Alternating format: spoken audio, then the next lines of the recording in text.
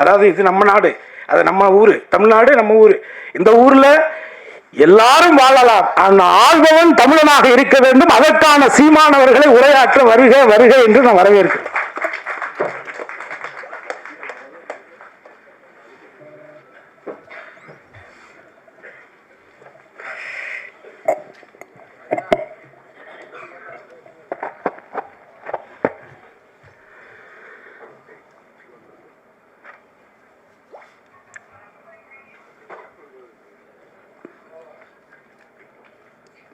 உணர்வோடு கூடியிருக்கிற என் அன்பு உறவுகள்,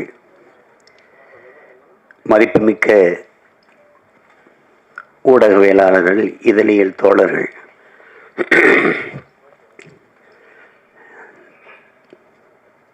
திரைப்படைப்பாளர்கள், கலைஞர்கள், தயாரிப்பாளர்கள் அனைவருக்கும் என்னுடைய அன்பும் வணக்கமும்.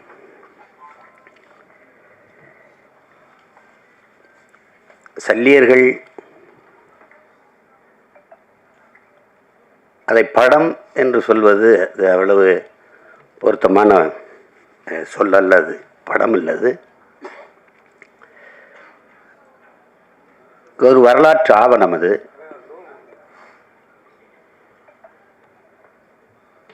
இங்கே பேசிய தம்பி கௌதமன் உட்பட எல்லாருமே குறிப்பிட்டார்கள்.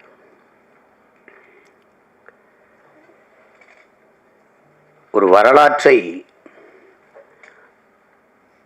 மறந்துவிட்ட இனம் வாழாது. வேற இழந்த மரமும் வரலாற்றை மறந்த இனமும் வாழாது. தன்னின வரலாறு தெரியாத எந்த இனமும் எழுச்சி வர முடியாது. எங்க இனத்திற்கென்று வரலாறே கிடையாது. ஏன்னா வரலாற்றை படைப்பவனுக்கு வரலாற்றை எழுத நேரம் இருக்காது. இங்கே பிரச்சனையே கல்லணையை பார்த்ததுல எங்கள் பாட்டை ஒருத்தன் கல்லணை கட்டி வச்சுருக்கா, சோழன் ஆண்டிருக்காங்க கரிகாலன்னு தெரியுது. பெருவுடையார் கோயில் இல்லைன்னா அதுவும் இல்லை. அருண்மொழி சோழன்னு ஒருத்தன் ஆண்டான், அவனுக்கு ஒரு மகன் இருந்தான் அரசேந்திர சோழன், உலகம் பூரா படையெடுத்து போய் வென்றாங்க. அப்படிலாம் வரலாற்று பதிவு எங்களுக்கு இல்லை. இப்போதைக்கு இருக்கிற எங்கள் முன்னோர்கள் தீரன் சின்னமலைக்கோ மருதுபாண்டிக்கோ பூலித்தேவனுக்கோ வேலு நாச்சியாருக்கோ அவங்களுக்கும் ஒன்றும் இல்லை. பாட்டனார் அழகுமுத்துக்கோனை பற்றி பேசலாம்னு படித்தா 30 பக்கம் இருக்குது. அதில் கடைசி 3 பக்கம் தான் அவரை பற்றி செய்தி இருக்குது. எல்லாம் தமிழர் இன வரலாறு நீங்கள் இப்படி பார்த்தீங்கன்னா, முன்னோர்களுடைய இதை பார்த்துக்கிட்டே வரும்போது எதிரிகளால் வீழ்த்தப்பட்டதே கிடையாது. எல்லாம் உடன் பிறந்த ரத்த துரோகங்களை தான் தோக்கடிக்கப்பட்டது. கடைசி எங்கள் தலைவர் உட்பட எல்லாமே. நீங்கள் வேலுநாச்சியாரா அங்கே ஒரு துரோகம், மருதுபாண்டியாரா அங்கே ஒரு துரோகம், தீரன் சின்னமலையா கூட இருக்கிறவனே செஞ்ச துரோகம், பண்டார வன்னியானா அவனை என் சொந்த ரத்தக்காரனே எங்களுக்கு துரோகம் பண்ணி இப்படி தோத்ததான் எங்களுடைய இந்த படிப்பினை ஏன் தேவைப்படுது அப்படின்னா, அது கற்றறிவை விட பட்டறிவு மேலானதுங்க. அதனாலதான் அது அண்ணல் அம்பேத்கர் வரலாற்றை படிக்காதவன் வரலாற்றை படைக்கவே முடியாதுங்கிறார். அது ஹோசிமின் வரலாற்றை மறந்து விட்ட இனம் சுடுகாட்டில் இறந்து கிடக்கிற பிணம்டாங்கிறார். அது ஒன்றுக்கும் பயன்படாதார். நமக்கு இலக்கிய சான்று தான் இருக்குது. பாண்டிய நெடுஞ்சனையே மதுரை ஆண்டான் அப்படின்னா அங்கே ஒரு பெருமாட்டி கண்ணகி போய் கால் சிலம்பை உடைச்சு நீதியை நிலைநாட்டினான்னு இலக்கிய சான்று தான். வரலாற்று சான்று எங்கே இருக்கு? இல்லை. ஆனால் இதை தெளிர்ந்து உணர்ந்த ஒரு மகன் இந்த இனத்தில் இருக்கிறாருன்னா அது என் உயிர் தலைவன் எங்கள் அண்ணன் மேதகு பிரபாகரன் அவர்கள். எல்லாவற்றையும் ஆவணப்படுத்தினார். அந்த ஆவணங்கள் பாதுகாப்பாக இல்லைங்கிறது வேற. அது இறுதி போரில் பாதிக்கு மேலே சிதைஞ்சு அழிஞ்சு போச்சு. சில இது பாதுகாக்கப்பட்டிருக்கலாம். இப்போ நீங்கள் உங்களுக்கு ஒரு உதாரணம் சொல்ல பாருங்க. அனுராதபுரத்தை அடிக்கிறார், முடிவு பண்ணிட்டார்.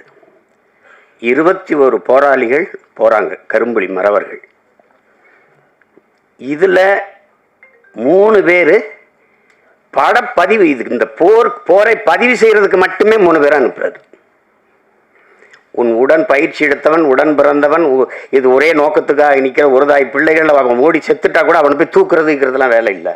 அவன் சண்டை போடுறதை நீ ஆவணப்படுத்தணும். அதுதான். அது ஏன்னா கடந்த கால வரலாறு நமக்கு இல்லாதனால நிகழ்காலம் தெரியல. நிகழ்காலம் இல்லாதவனுக்கு எதிர்காலமே இல்லை. கவிப்பேரரசு வைரமுத்து கூட சொல்றாரு, ஒருத்தன் நிகழ்காலத்தை குனிந்து பார்ப்பது எதிர்காலத்தில் நிமிர்ந்து நிற்கத்தான். அப்ப அந்த பதிவு இருக்கணும்னு அவர் நினைச்சாரு. அது ஒவ்வொன்றையும் ஆவணப்படுத்தினார். அவருக்கு ஒரு பேராவல் இருக்குது. பேராவல் பெரும் விருப்பம் தான் சொல்லணும். அது என்னன்னா, சின்லஸ் லிஸ்ட் போல, ஒரு பிரேவ் ஹார்ட் போல, ஒரு 10 கமாண்ட்மெண்ட்ஸ் போல நம்முடைய விடுதலை போராட்ட வரலாறும் ஆவணப்படுத்து படமாக வரணும், திரையில் ஒரு வந்துடணும்னு பெரிய ஆர்வப்பட்டார். அதுக்காக தான் அவர் ஆணிதர் எடுத்தார், தயாரித்தாங்க. அதுக்கு பயிற்சி கொடுக்கறதுக்கு எங்கள் அப்பா பாரதி ராஜா, ஐயா மகேந்திரன் போன்றவர்களை அழைச்சிட்டு போனாங்க. எங்கள் பிள்ளைகளுக்கே நீங்கள் பயிற்சி கொடுங்க, அவங்களே எடுத்துக்கிடுவாங்க. அப்படி தான் அந்த மாதிரி செஞ்சார். அதில் தான் எல்லாளன் படமும் எடுக்கப்பட்டது. ஆனால் அவருக்கு ஒரு பெருங்கனவு இருந்தது. அது கெடுவாய்ப்பாக நிறைவேறலை. அதை எடுத்து ஆவணப்படுத்தணுன்ட்டு. இப்போ தம்பி கூட சொன்னார், தலைவருடைய வரலாற்றை எடுக்கணும், பதிவு பண்ணணும். எடுக்கணும், உறுதியாக எடுக்கணும். அதில் இருக்கிற பிரச்சனை என்னென்னா, நான் மேடையில் இப்படி பதாகை வச்சுன்னு வச்சுருக்கேன், எங்கள் அண்ணன் பதாகையை, அது நேரலையில் போட மாட்டாங்க. அதுக்காகவே இந்த ஓரத்தில் கொஞ்சம் வைங்க, அந்த ஓரத்தில் வைங்க, பதிவு பண்ணுறவங்களுக்கு எந்த தொந்தரவும் இல்லாமல் இருக்கட்டும்ட்டு தள்ளி வைப்போம். வலையொலியில் எங்கள் தலைவருக்கு வாழ்த்து அந்த பிறந்த நாளில் வர்றதை அப்படியே அது புகார் அளித்து நீக்கிடுவாங்க, அப்படி தடை பண்ணி விட்டுருவாங்க. சுவரொட்டி ஒட்டினீங்கன்னா காவல்துறைக்கு வேலையே அதை கிழிக்கிறது தான். நான் கூட சொன்னேன், போலீஸ்லாம் என்ன பண்ணி கிழிச்சிங்கன்னா அந்த உங்கள் போஸ்டர் கிழிச்சோம்னு சொல்லணும்ல எதிர்காலத்தில், அதுக்கு தான் இந்த வேலையை செய்யுது. நாங்களே குருவி சேர்த்த மாதிரி அங்கேயே காசு சேர்த்து ஒட்டுவோம், கிழிச்சு விட்ருவோம். ஏன்னா அதுக்கான அரசியல் சூழல் இல்லை. அதை முதல்ல உருவாக்கணும், அதுக்கப்புறம் இதை எடுக்கணும். அதுதான் நம்ம செய்ய வேண்டியது. அது செய்ய வேண்டியது. இங்கே எப்படி இருக்குன்னா, இந்த ஆவணப்படுத்துதல் இப்போ அந்த வேலையை தான் இந்த படம் செய்யுது. இந்த சல்லியர்கள் படம் அது செய்யுது. நம்ம நபிகள் நாயகம் சொல்றாங்க பாருங்க, அநீதியை கண்டு அச்சம் கொள்ளாமல் துணிஞ்சு நிற்பவன் எவனோ அவனே உண்மையான ஜிகாத்துங்கிறாங்க. அந்த மொழியில, நபிகளின் மொழியில சேவரசரர் உலகத்தில் எங்கெங்க அநியாயம் நடக்குதோ, அக்கிரமம் நடக்குதோ, அதை கண்டு உன்னால பொறுத்து கொள்ள முடியாம நீ கோவப்படுவாயானால் நீனும் என் தோழனேங்கிறார். அவர் வழியில எங்கால என்ன சொல்ற, பண்ண பழகடா பச்சை படுகொலை பைந்தமிழினத்திற்கு உயிரடா விடுதலைங்கிறார்.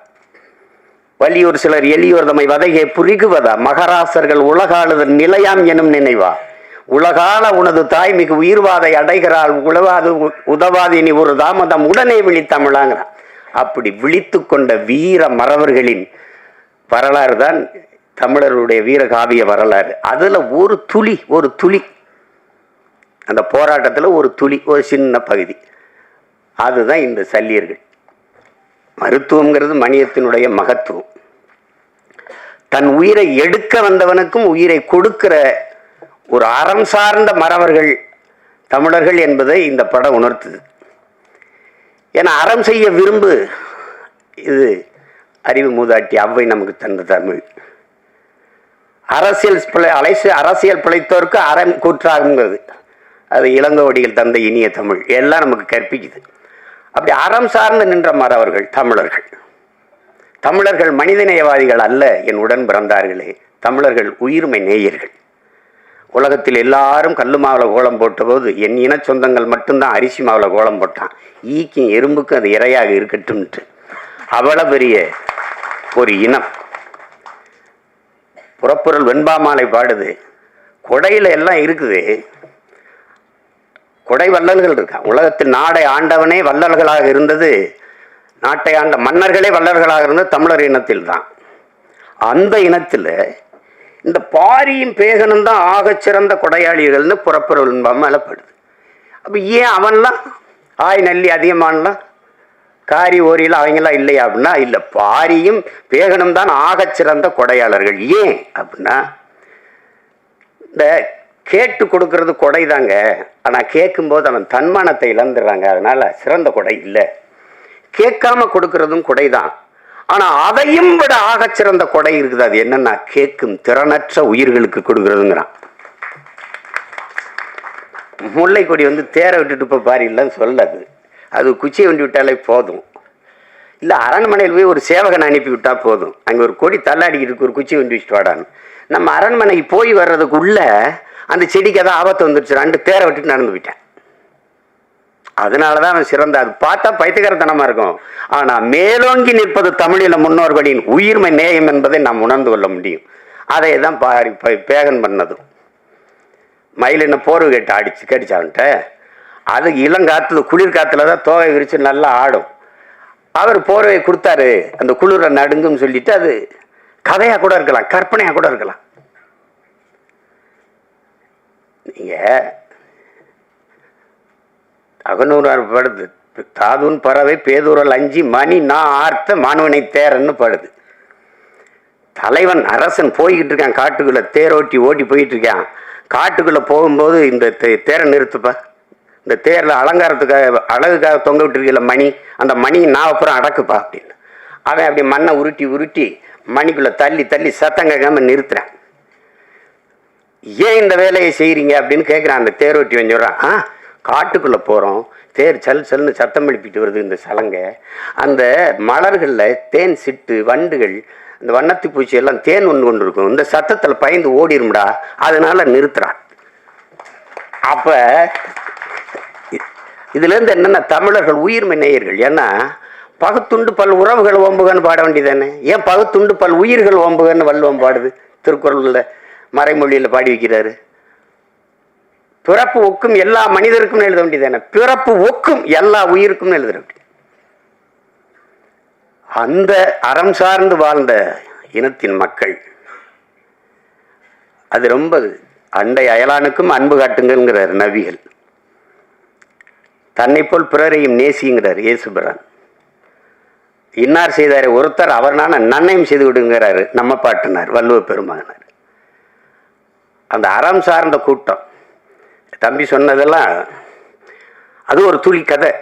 கௌதம நீங்க குறிப்பிட்டது ஒரு கதை. அது மாதிரி பல நிகழ்வுகள் நான் உங்களுக்கு சொல்ல முடியும். எங்கள்ல பலாயிரக்கணக்கான பெண்களை வன்புணர்வு செய்து கொலை செய்தார்கள் சிங்களர்கள். ஏதாவது ஒரு செய்தி நீங்க கேள்விப்பட்டது உண்டா? ஒரு சிங்கள பெண்ணின் தாவணி தொட்டான், நிழலை தொட்டான் விடுதலை புரியும் மறவன் என்று நீங்க ஏதாவது செய்தி படிச்சதுண்டா? இருக்காது, இருக்கவே இருக்காது. செஞ்சோலையில அவ விண்ணூர்தியிலிருந்து குண்டை வீசி 61 குழந்தைகளை கொண்டு விட்டான். நம்மகிட்டே விண்ணூர்தி இருக்கு, பறந்து போய் அவன் பள்ளிக்கூடத்தில் போட்டிருக்கலாம், செய்ய மாட்டார், செய்யல. கட்டுநாயக்கா விமானப்பட தளத்தை தகர்க்கிறார். ஏன் பொது விமான தளத்தில் குண்டு போட அவருக்கு எவ்வளவு நேரம் ஆயிருக்கும்? போடல, செய்ய மாட்டார். ஏன்னா அறம் சார்ந்து வாழ்ந்து நின்ற மறவன் பிரபாகரன் என்ற வீரன். அவர் தெளிவந்தால் என்னுடைய எதிரிகள் சிங்கள மக்கள் அல்ல, என் இனத்தை கொன்று குவிக்கிற சிங்கள இராணுவம் தான். அது தெளிவா இருந்தார். இந்த படம் பிரம்மாண்டமா எடுக்கப்பட்டிருக்கலாம்னா எடுக்கப்பட்டிருக்கலாம். ஆனா இந்த உணர்வை சிதைக்காம கடத்திட்டாங்க. அதுல பிரம்மாண்டம் தேவைப்படல, ஒன்றும் தேவைப்படல. இப்படி ஒரு படத்தை தயாரிக்கணும்னு நினைச்ச முதல்ல பணம் போட்ட ராவணன், அவர் இன்னொருத்தரை சொல்றாரு, அவரு நேசமணி ராஜேந்திரன், தம்பி கரிகாலன், அப்புறம் என் தம்பி கருணாசு.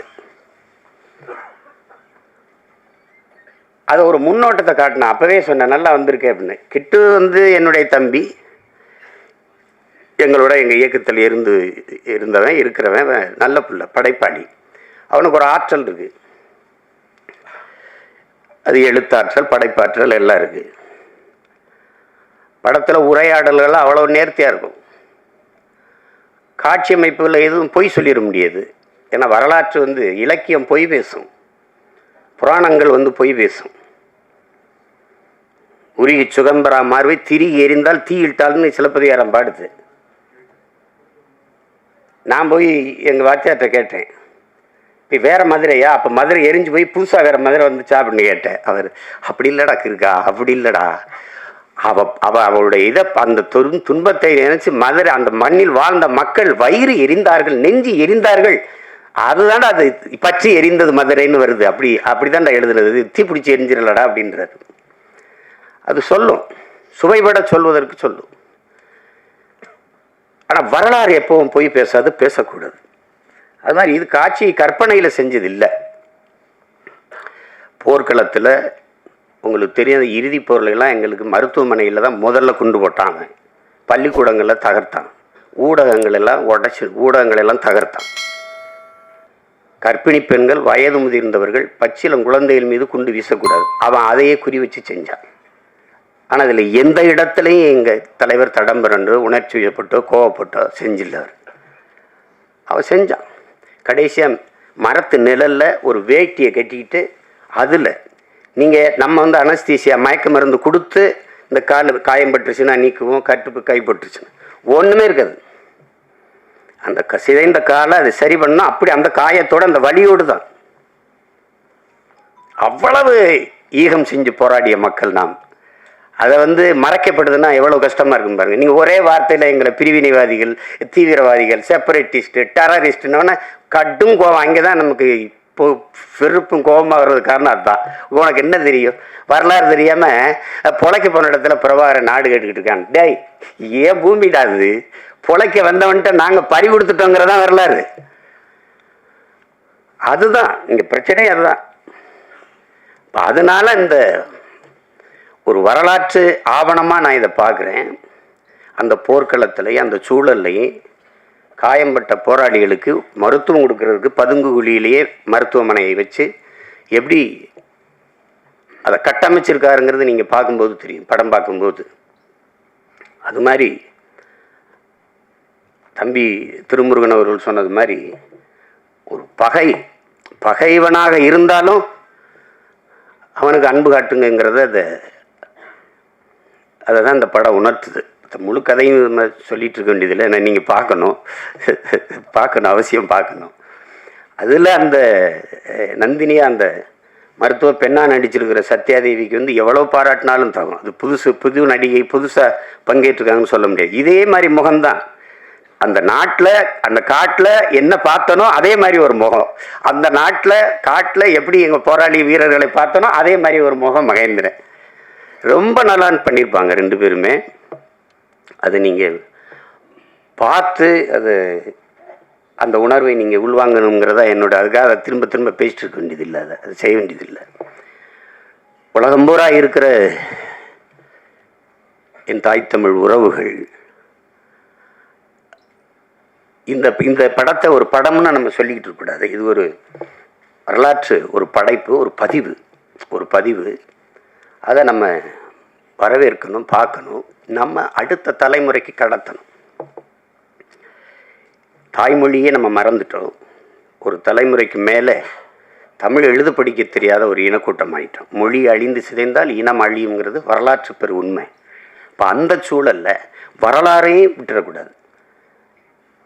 இப்போ நீங்கள் நார்வேயில் கூட என் தம்பி வசீகரம் வந்திருக்காங்க கேளுங்க, தமிழ் படிப்பிக்க பள்ளிக்கூடம் இருக்குது, 17 பள்ளிக்கூடம் இருக்குது. டென்மார்க்கில் 32 பள்ளிக்கூடம் இருக்குது.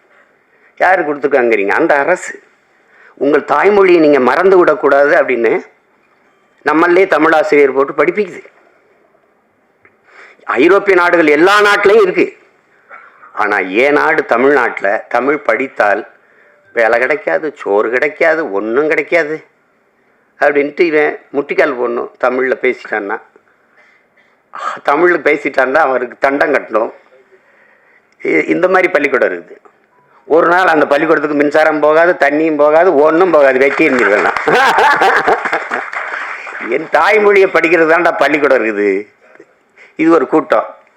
அதை மறந்துட்ட மாதிரி தன் இன வரலாறை நம்ம கற்பிக்கலை பிள்ளைகளுக்குன்னா நான் யாருன்னே தெரியாமல் போயிடும்.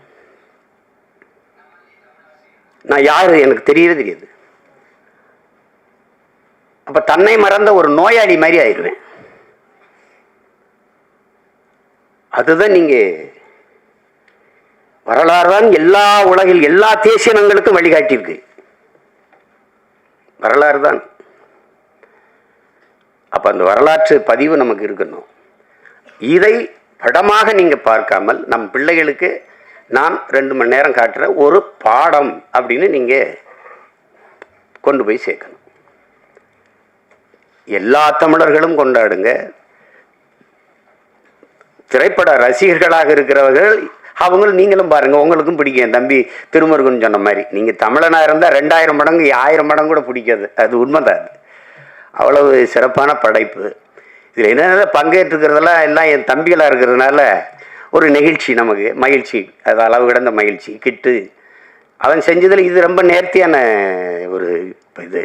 பெரிய பொருள் செலவு பண்ண முடியல, பெரிய படைப்பாக எடுக்க முடியலைனாலும் அந்த உணர்வை சிதையாமல் கடத்திட்டான். அந்த ஆற்றல் அவனுக்கு அப்போ இருக்குது. குறும்படம் எடுக்கிற காலத்துலேருந்தே செஞ்சிருவான். அதை நல்லா செஞ்சுருக்காரு. அதுக்கு அவருக்கு என்னுடைய பாராட்டு. இசை என்னுடைய மகன் கென்னும் அந்த அவருடைய நண்பர் ஈஸ்வரும் போட்டிருக்காங்க. நான் எடுத்தோன்னே அதான் கேட்டேன். நான் முதல்ல அந்த இதை படிக்கல, கென்னு தானே யாரா நல்லா அந்த பின்னணி இசையெல்லாம் ரொம்ப நல்லா வந்திருக்காண்ணே, கென் தானே பண்ணியிருக்கான் அப்படின்னு. பாடல்கள்லாம் நல்லா இருக்கும். அதில் கவிப்பேரரசு எழுதுன அந்த பாட்டு இது இது காதல் பாட்டாக இருக்குது. அந்த மண்ணை பற்றி வருகிற பாட்டெல்லாம் ரொம்ப சிறப்பாக இருக்கும், ரொம்ப சிறப்பாக இருக்கும். அதில் கருணாசிரியுடைய அந்த பகுதி இருக்கே, இந்த படத்தின் இதயம் போல் இருக்கும். ஒரு மனித உடலில் இதயம் எவ்வளோ முக்கியமோ அது மாதிரி அந்த பகுதி இருக்கும். அது சொல்கிறான் பாருங்க, இவங்களுக்கு முன்னாடி தலையை மட்டும் குனிஞ்சிடாதரா, அவனை செத்தாலும் பரவாயில்லடா அப்படிதான். அதுதான் அது எப்படிதான் செய்வாரா சொல்கிறான் பாருங்க, ஒருத்தன் காலில் விழுந்துதான் வாழ வேண்டும் என்கிற நிலை இருக்குமானா நான் எழுந்து நின்று இறந்து போவேங்கிறான். எங்கால என்ன கற்பிக்கிறாருன்னா, சரணடைந்து வாழ்வதை விட சண்டையிட்டு சாவது மேலானது. அவரு ரொம்ப நேரம்லாம் அவருக்கு பேச வளவளன்னா பேச மாட்டார், சுருக்கமாக பேசுவார். அதுக்கப்புறம் சொல்லுங்க, ஏன்னா அவர் சொல்லுக்கு முன் செயல், அதான் அவர் கோட்பாடு. இந்த செய்யலைன்னா செத்துமடி, செய்யலைன்னா சாகடி, அவ்வளோதான் எங்கள் கோட்பாடு. அதுதான் இல்லைங்க, செய்யலை என்றாலும் செத்துமடி அப்படின்னு. செத்து மடிஞ்சிட்டா அதனால சுருக்கமாக தான் சொல்லுவார், போராடினாலும் சாபம், போராடாவிட்டாலும் சாபம். போராடினால் ஒருவேளை வாழ்வதற்கு வாய்ப்பு இருக்கு, வாடா போராடிட்டு சாகும். அதுதான் இங்கே அவருடைய கோட்பாடு, அவ்வளோதான். அதுதான் இந்த படம் உணர்த்தும். நீங்க சுதந்திரம்ங்கிற அந்த விடுதலைங்கிற ஒற்றை வார்த்தை எப்படி இருக்கு பாருங்க. அது அவன் சொல்றான் பாருங்க, சுதந்திரம் என்ற சொல்லுக்கு அர்த்தம் தெரியாதவனுக்கு கூட சுதந்திரம் தேவைப்படுதுறாங்கிறான். அது புல்லு பூண்டு பூச்சி வண்டு நாய் நரி நத்தை எல்லாத்துக்கும் சுதந்திரம் தேவைப்படுது. அப்படின்னா மான தமிழ் மக்களுக்கு தேவையில்லையா? அது மானம் வீரம் அறம் மூன்றும் உயிரென்று வாழ்ந்த இனத்தின் கூட்டம் தமிழர்கள். நாம் அடிமையாக வாழ்ந்து செத்தம்னு வரலாற்றில் பதிவு வர்றது மாதிரி ஒரு கொடுமை இருக்கா என்ன? அது அப்புறம் கதை, அது அப்புறம் பேசுகிறோம், அதுக்கு இது இடம் இல்லை. அதனால இங்கே வந்திருக்கிற மதிப்புமிக்க ஊடக பெருமக்கள், ஊடகவியலாளர்கள், ரொம்ப பெரிய பெரிய இவங்கெல்லாம் வந்திருக்கிறீங்க, முன்னவர்கள்லாம். என்னுடைய அண்ணன் தானவர்கள், அண்ணன் தேனப்பனவர்கள்லாம் வந்து வாழ்த்தி சென்றிருக்காங்க. இதில் என்னென்னா, நீங்கள் இந்த படத்தை காட்டினாரா இல்லையான்னு தெரியல, ஒரு தடவை நீங்கள் தயவு செய்து பாருங்கள், பார்த்துட்டு அதை நல்லபடியாக கொண்டு போய் சேருங்க. இது எல்லாரும் பார்க்கணும். இப்போ நாங்கள்லாம் வந்து சில படங்களை அயோத்தி பார்த்துட்டு, கடைசி விவசாயி பார்த்துட்டு, அதெல்லாம் வந்து எவ்வளோ வேலை இருந்தாலும் அதை போய் பார்த்தது ஒரு கடமையாக, அதை எப்படியாவது எல்லாரும் பாருங்கள், ஆதரவு கொடுங்க அப்படின்னு சொல்கிறது காரணம் வந்து, இது சிலர் அதை ஒரு பொருட்படுத்தாமல் கடந்து போயிடக்கூடாது. இது இப்போ சித்தான்லாம் ஒரு படம் பார்த்தேன், பார்க்க கூப்பிட்டாங்க, நேரம் எல்லாம் போயிட்டுது. அன்றைக்கி தான் இது தொலைக்காட்சியில் பார்த்தேன். நல்லா பண்ணியிருக்கிறாங்க, அருமையான படங்கள்லாம், சின்ன சின்ன படங்கள் நல்லா வருது, பெரிய பொருள் செலவுலாம் இல்லை. இப்போ கூட ஒரு படத்தை சொன்னாங்க, அந்த மழை வெள்ளத்தில் சரியாக ஓடலை, நான் அந்த பார்க்கிங்க ஒரு படம், அது நல்லா இருக்குன்னாங்க. அப்போ அந்த படத்தை பார்க்கணுன்னு நீங்கன்னா, நாங்கள் வீட்டை விட்டு வெளியில் வர முடியல, 4 நாள் தண்ணிக்குள்ள நடக்கிறோம், அப்புறம் வீட்டு படம் பார்க்குறது. எங்கள் படமே பெரிய படமாகி போயிடுச்சு, அதனால் அது கடினமாயிடுச்சு. அந்த மாதிரி போயிடக்கூடாது, கடந்து போயிடக்கூடாது. சல்லியர்கள்னு ஏதோ ஒரு பேர், இது என்ன இப்படி இருக்குது, இப்படி இந்த இதெல்லாம் யாருப்பா இந்த நடிகர்கள்லாம் நினச்சி நீங்கள் இதை தவிர்த்து விட்டு போயிடக்கூடாது மக்கள். அதனால் அவங்க கவனத்தை இழுத்து இதுக்கு ஆதரவு கொடுங்கன்னு சொல்ல வைக்கணும். அதுதான் இதில் முக்கியம். அது உலகம் முழுமைக்கு இருக்கிற என் தமிழ் சொந்தங்கள் வந்து இப்போ இதை உறுதியாக ஆதரித்து பெரிய அளவிற்கு கொண்டு போய் சேர்ப்பார்கள் என்று நான் நம்புகிறேன். அதுக்காக என் நம்பி வசீகரன் சொன்ன மாதிரி, இங்கே இருக்கிறவங்களாம் சொன்ன மாதிரி நானும் அதுக்கு முழு ஒத்துழைப்பையும் கொடுத்து உதவுவேன் தான் அந்த இது வந்து போய் சேர்க்கணும். எங்கள் பிள்ளைகளுக்கு தெரியணும், குறிப்பாக என் மகனுக்கு தெரியணும்ல. பெரிய பண்ணா யார், நான் மட்டும் மாவீரன் பிரபாகரன் பேரை வச்சுட்டா மட்டும் போதாதுல, அவனுக்கு தெரியணும்ல. அது என் தங்கச்சி வந்து ஆஸ்திரேலியாவிலேருந்து வந்துச்சு. அது வெள்ளைக்கார பொண்ணு, எங்கள் தம்பியை கல்யாணம் பண்ணிடுச்சு, ஈழத்து தம்பியை. அது வந்து பேசுகிறது, அண்ணா பையனுக்கு என்னென்ன பேருன்னா மாவீரன் பிரபாகரன். அண்ணா இமிக்ரேஷன் அது என்னவே விட மாட்டேங்கிறான், அவனைக்கிட்ட விட போகிறான். இமிக்ரேஷனில் சிக்கணும், அவ்வளோதான். ஒன்றும் பண்ண முடியாது. அது அந்த மாதிரி அது தெரியணும். அப்போ தான் என் பிள்ளைகளுக்கு யார் அவங்க பெரியப்பார் யாருன்னு தெரியணும், தலைவர்னா யாருன்னு தெரியணும். ஒரு இனம் யார் தலைவனே தெரியாமல் தட்டுக்கிட்டு நிற்கிது, அதான் ஒரு கொடுமை. நான் பெருமைக்கு சொல்லலை என் உடன் பிறந்தார்களே, மதிப்புமிக்க பெருமக்களே. இந்த நாட்டை 4 முறை 5 முறை ஆண்ட நிர்வாக தலைவர்களைப் போல என் தலைவனுக்கு ஒரு 5 ஆண்டு நிர்வாகம் செய்கிற காலம் மட்டும் இருந்திருந்தால் உலகத்தின் தலை சிறந்த வல்லாதிக்க நாடாக எங்கள் தமிழீழ நாட்டை கொண்டு வச்சிருப்பார். சிங்கப்பூரை தாண்டி கொண்டு போயிருப்பார். கடைசி வரை ஒரு கெடு வாய்ப்பு, போர்க்களத்தில் நிற்கிற போராளி தலைவனாக இருக்க வேண்டியதாக ஆயிடுச்சு. விடுதலை அடைந்து ஒரு 5-10 ஆண்டு இருந்திருந்ததுன்னு வச்சுக்கிறோங்க, அவ்வளோதான், எங்கேயோ கொண்டு போய் சேர்த்துருப்பார். அவ்வளவு கனவு வச்சிருந்தார் அவர். 200 ஆண்டுகள் கழித்து என் இனம் எப்படி வாழணுங்கிற ஒரு பெருங்கனவு. ஆல்பர்ட் ஐன்ஸ்டீன் சொல்றான்ல, உலகத்தில் யாராலும் சுமக்க முடியாத பெருங்கனவை நீ சுமந்து நில்லடா, அதான்டா உலகத்தில் எல்லாத்தையும் விட பெரியதுன்றான். அப்படி ஒரு பெருங்கனவை வச்சிருந்தார், தன் இனத்தின் விடுதலைங்கிற ஒரு பெரிய கனவு. அது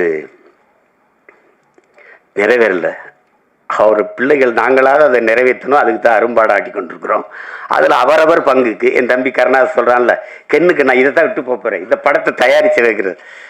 அது மாதிரி நான் அவனுக்கு பெரிய பாடே அந்த இதில் வந்து நான் அவனை பாராட்டலடா, அதான் நான் உனக்கு தர்ற சொத்து அப்படின்னு சொல்ல வேண்டியதுதான். அதில் என் தம்பி கிட்டு எவ்வளோ பாராட்டினாலும் தகுவும்.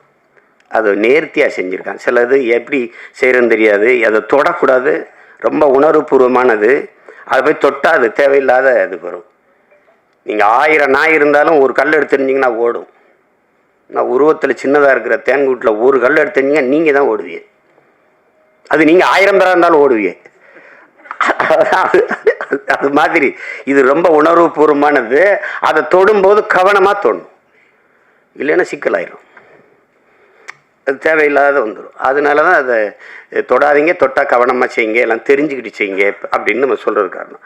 அதனால் கவனமாக அந்த விடுதலை போராட்ட வீரர்களை பெருமைப்படுத்துகிற மாதிரி, எங்களுடைய மருத்துவ பிள்ளைகளை பெருமைப்படுத்துகிற மாதிரி இந்த பதிவை என்னுடைய தம்பிகள் கருணாசும் கிட்டுவும் செஞ்சுட்டாங்கங்கிறதுல எனக்கு பெருமை. ஒளிப்பதிவாளர் சிவி சதாசிவா, அந்த கலை இயக்குனர் முஜிபுர் ரஹ்மான் எல்லாருமே நல்லா பண்ணியிருக்காங்க.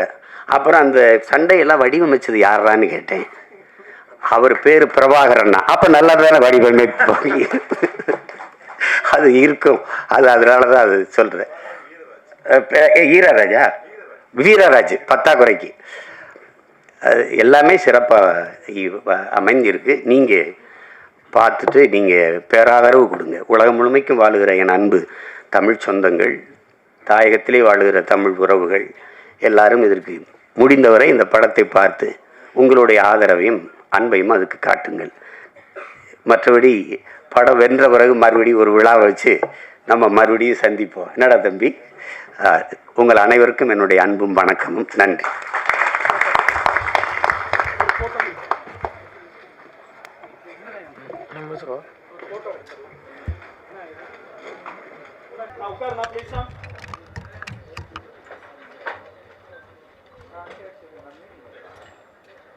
எடுத்தாச்சு சொல்லுங்க. ஓகேவா?